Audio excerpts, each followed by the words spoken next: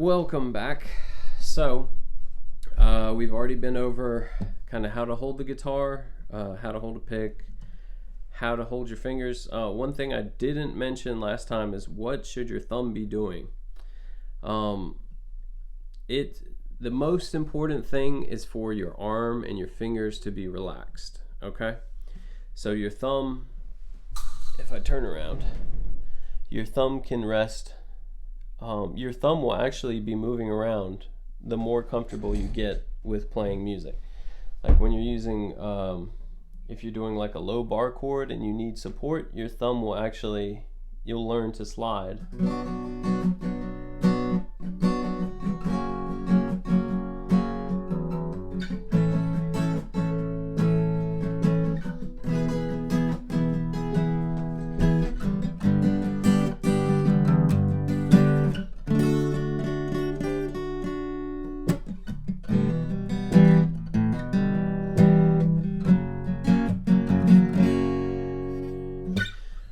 But for right now, just feel comfortable just resting your thumb. Resting your thumb on the guitar, right? You don't have to squeeze the life out of the guitar. You want to try and stay as relaxed as possible, like I said. So last video we talked about there are different chord families, and all that means is that there are chords that sound well when you play them together, and there are chords that don't sound well when you play them together. That's because those are out of the key or the family of that chord. So we talked about an example was like a C major. We're in the key of C, and we learned this chord. If you don't know the C major chord, G major chord, or A minor chord, go back to my previous video and take a look at that, because I went over just how to hold it and different cool things you could do eventually. For now, we're going to learn a few more chords, and they are in the family of C, so they'll sound good when you incorporate them into the other chords that we already learned. So we have C major, we have G major, and we have A minor. Now, if you have a good ear for music, you may already be hearing what chord should come next. So let's see.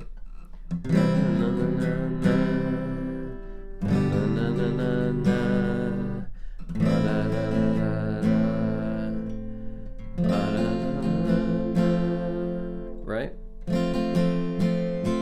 So that next chord is an F major chord.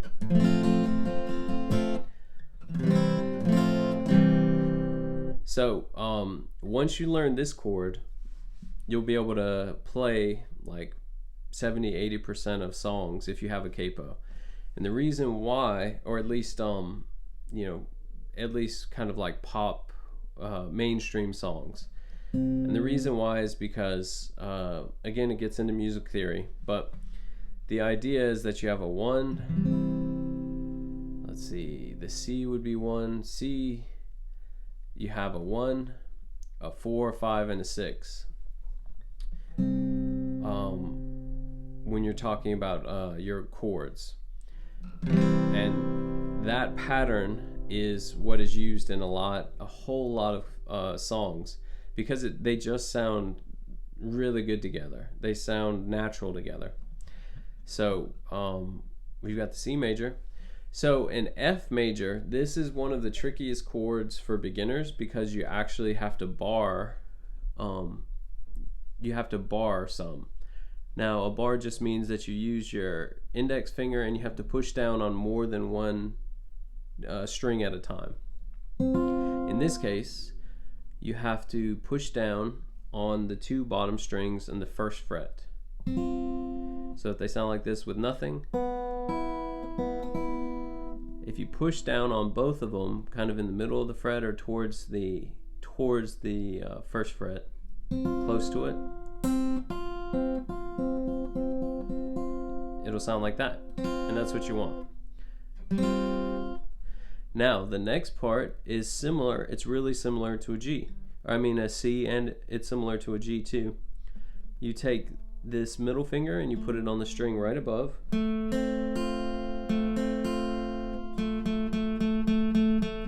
on the 2nd fret, as you can hopefully see. And I'm still holding down this bar here for the bottom 2 strings.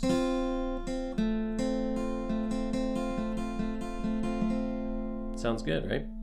And then the last part of that chord is your ring finger has to stretch a little bit to the 3rd fret on the string right above your middle finger. So sounds like that.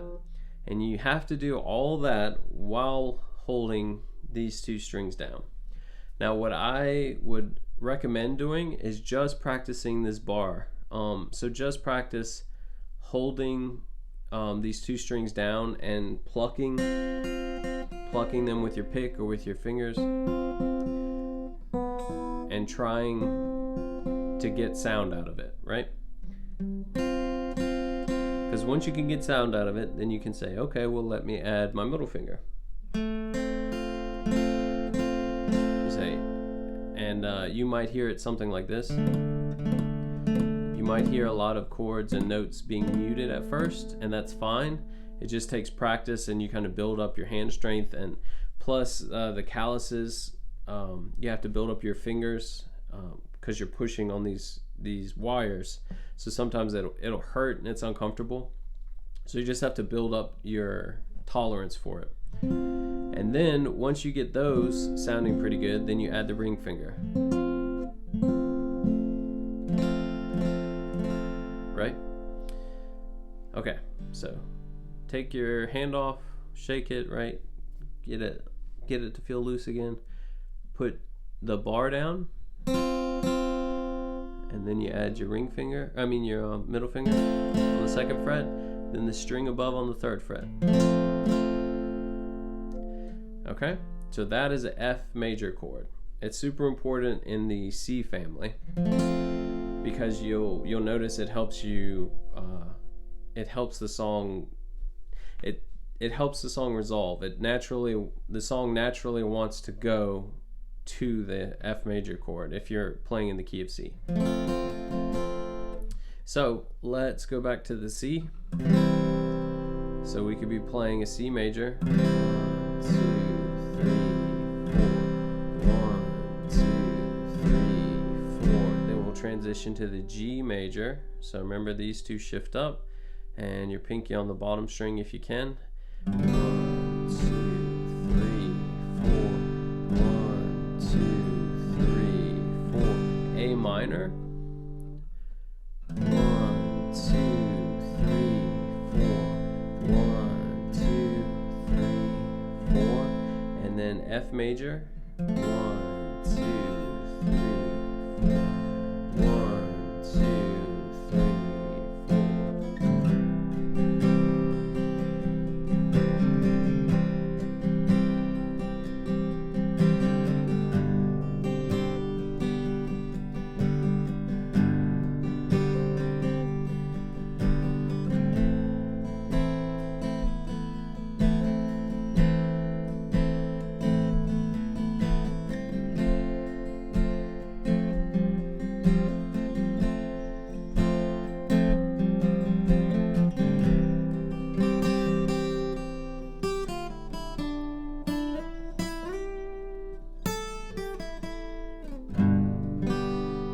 Anyway, so that's kind of what you want to practice. Just practice getting those chords smooth. Just start on a 4 count, really simple strum. You don't have to do, you don't have to do any of that. Just 4 down strums is fine. 3, 4, 1, 2, 3, 4. Okay. When I say down strum, I also mean just strum the strings down 1 time. That is considered a down strum. Up strum would be the opposite, where you strum up. Up strum, you start from the bottom up. Down strum, you start from the top down. You go down. So that's how that works. So practice those. And then the last chord I want to show you is called an E minor chord. Now this one is really simple if you know an A minor chord, which we learned last video. An E minor would be you lift your pointer finger up, and then these two fingers will both just go up one string. So your middle finger will go up here, and your ring finger will go up here. So they're right on top of each other, just like with the A minor, excuse me. And this is an E minor chord. You hear that? It's kind of dark.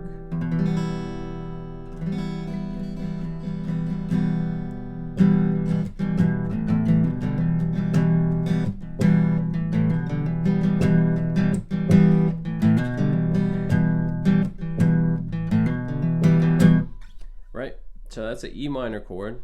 Like I said, again, you've got your A minor. Lift your pointer finger up, and then move these up, both up one string. They're both in the second fret. I've got big fingers, so you can't really see, but they're both in the second fret.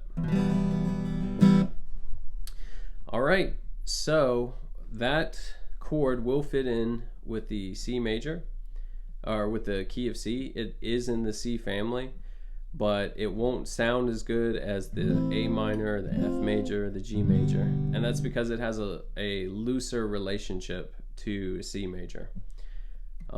So it's music theory again. I keep saying that, but it all goes back to music theory in the end. But it's a good chord to learn and throw into the mix of just the chords that you already know. So maybe you want to start with the A minor. 1, 2, 3, 4. 1, 2, 3, 4. And then go to an E minor. 1, 2, 3, 4. It sounds really solemn, doesn't it?